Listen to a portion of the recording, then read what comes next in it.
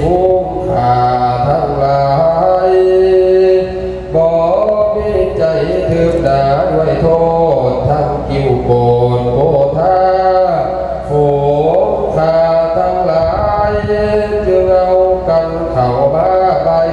สมโพ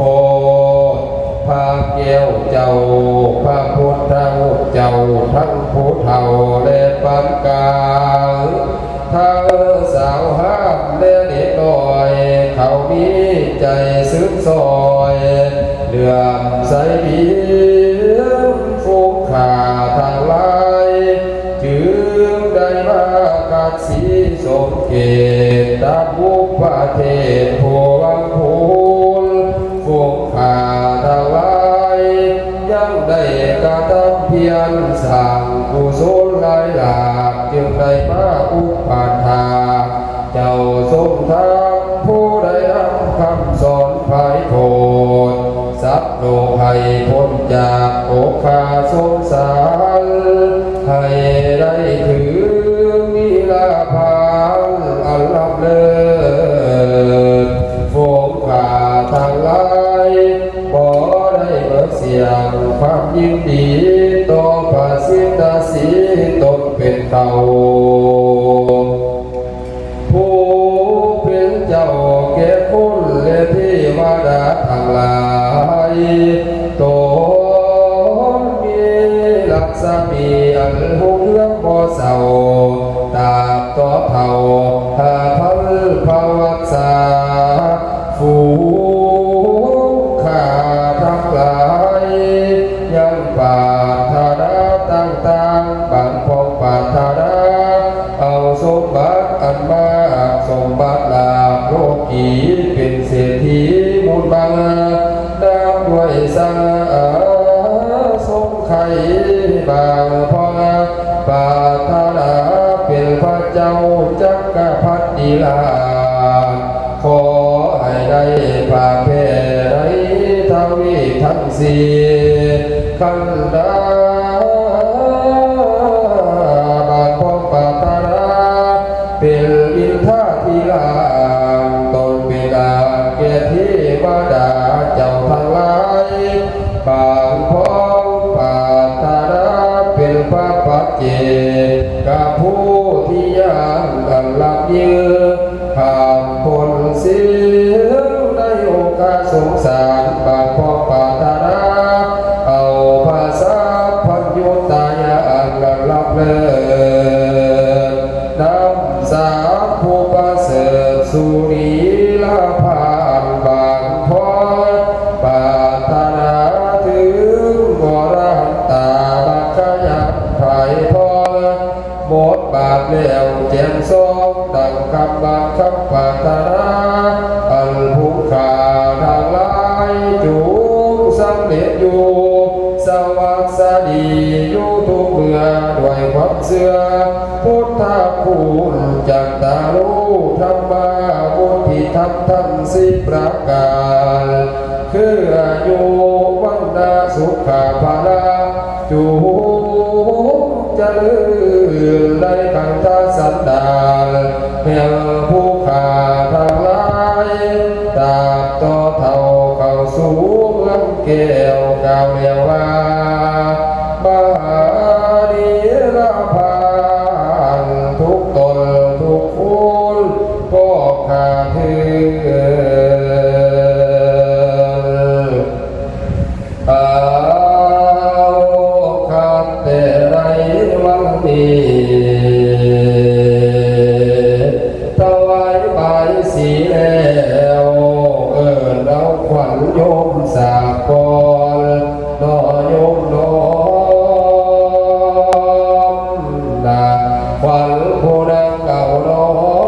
งไก่เสื่อสาลืมนาในมือนี้ญาติโยมพี่น้องทุกทวนนาได้แต่ล้วนสมเสื่อยินดีมากระทำพิธีบายสีสมโพธิเพื่อหวังประโยชน์และความดี เจ้าก็มีศรัทธากาเกลกาทำเพียรมากแล้วมา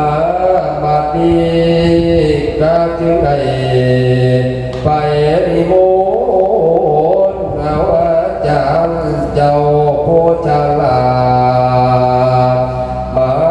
ดังสารเอิญเสริมขวางว่าสีมือนี้เป็นวันดีวันดีที่อมุตตะโศกปาสิทธิโยพร้อมลักขณา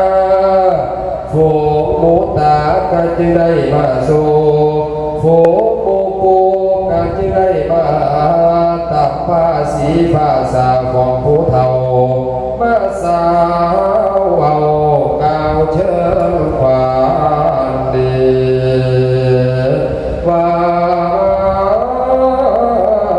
พันยาสาสื่อน้ำควันอ่อนลาถ้าละกาอ่อยอ่อนอ่อนสื่อ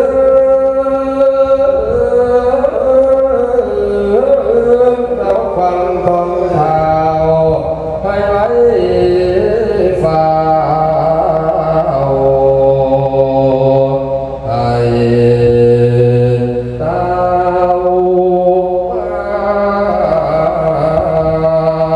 ให้ตา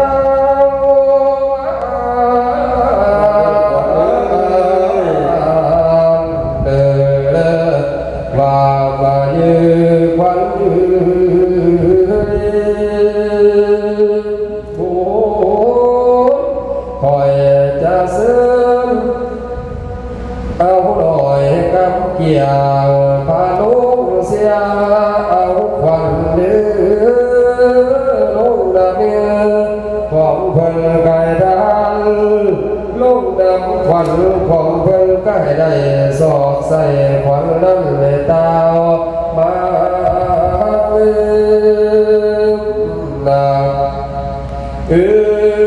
คันแม่ขวัญโยมตกน้ำคอยสิคอยลงโฮมควันขันขวัญโยมตกตูมคอยสิลงไปคันสวิงคำคอยสิไปขึ้นต้นไม้สิเดือเตือนว่าจอลูก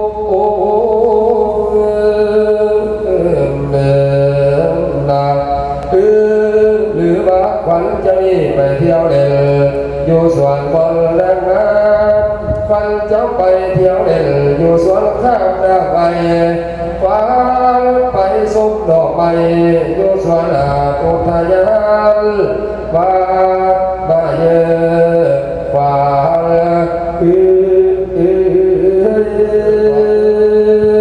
โอ้ยคันได้ยินเสียงเสียงเพื่อนบอลลอนโอ้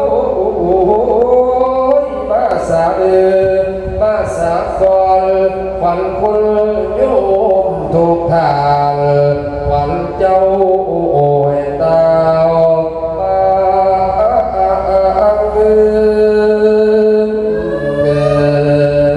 นักบ้าเยอะขวัญ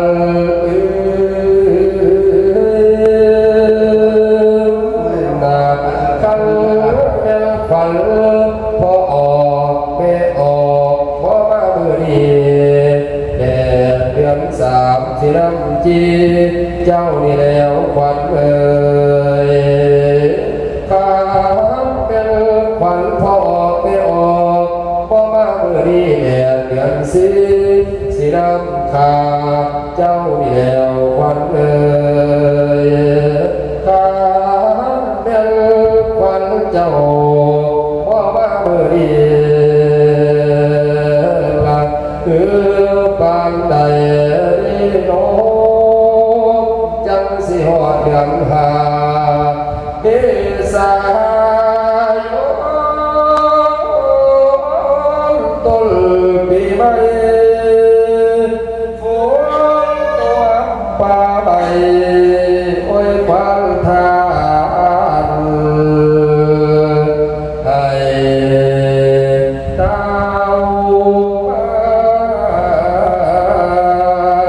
ให้ตา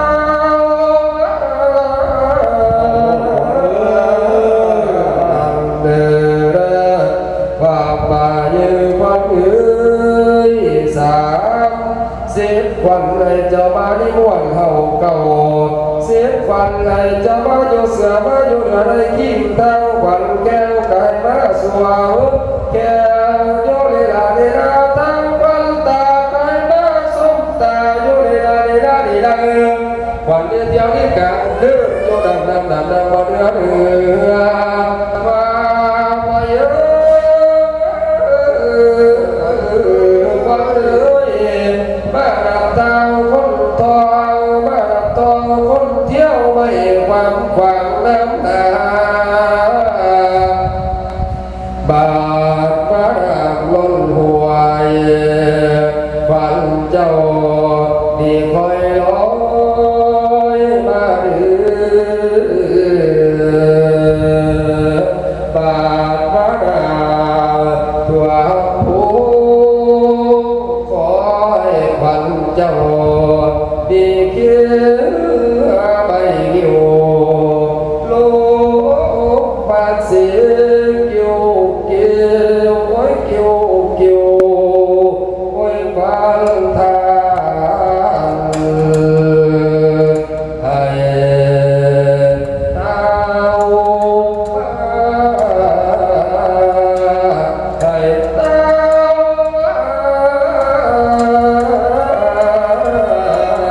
เดิ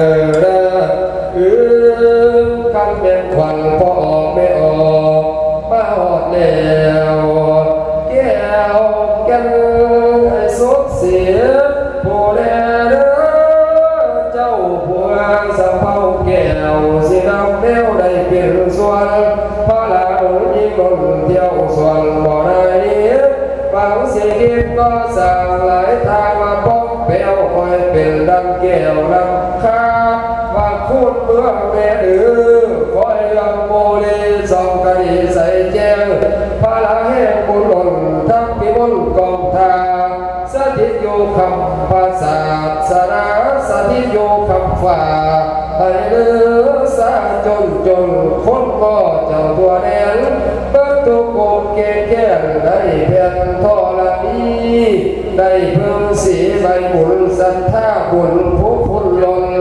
คุณพระพุทธได้นำกับคุณพระธรรมได้นำจอยคุณพระสงฆ์บอกยอดเกียร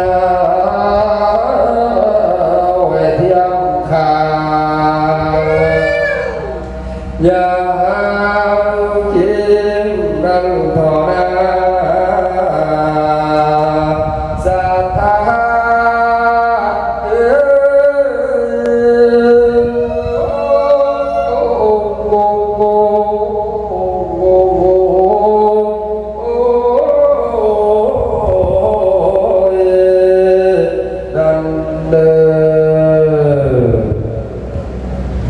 สาธุพระมหานาคจตุรวัตรทั้งสี่ได้สาธยายบทพระคาถาพุทธาพิเศษจบลงแต่เพียงเท่านี้ขอให้คณะศรัทธาสาธุชนทั้งหลายจงได้ให้สัทธาสัญญาณสา